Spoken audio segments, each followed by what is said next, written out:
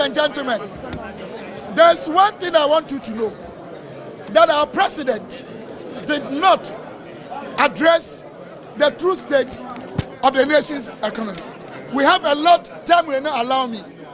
One statement that he made that I was very much surprised was the fact that we had left billions of cedis at the defense ministry.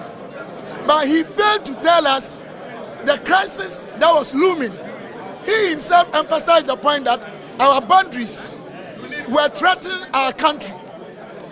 In fact, this is what I have. I'll hand over to you.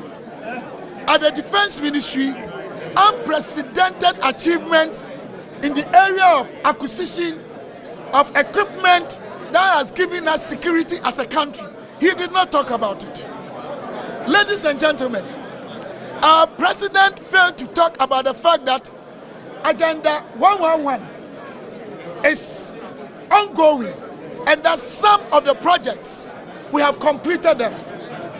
Government is about continuity. Government is about continuing what has been done. You remember the popular affordable house by akuffoaddo.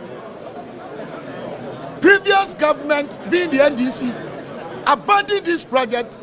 It had to take Nanado and Baumia's government to even complete those projects. Now he talked about railway sector. Tell me in the history of this country, apart from Nanado's government, who has accomplished unprecedented projects in the area of railway sector? Driving from here to Ho, you encounter about such major railway projects for crossing the roads.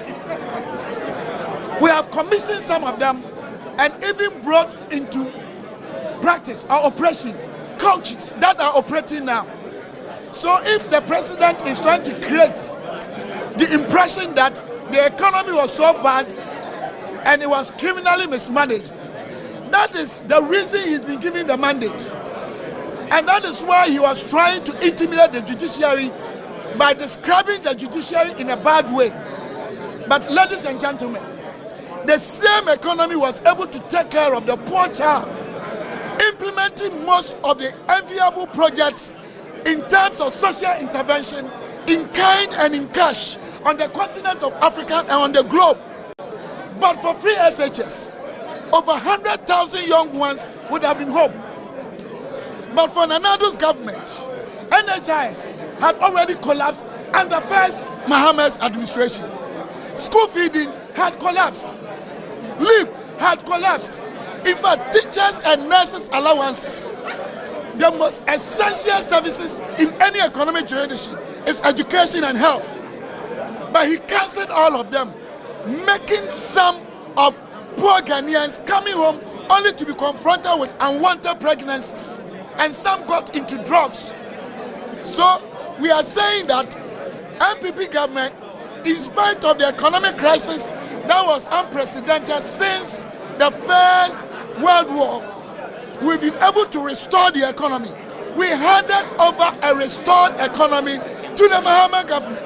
A working economy, operationally, it was so fundamentally correct that the economy that we left, in terms of primary macro indicators, in terms of secondary macro indicators, in terms of education, in terms of agriculture, in terms of health, they actually inherited a better economy.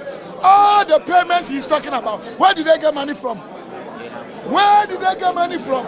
Within this shortest possible time, they have borrowed almost 59 billion Ghana cedis.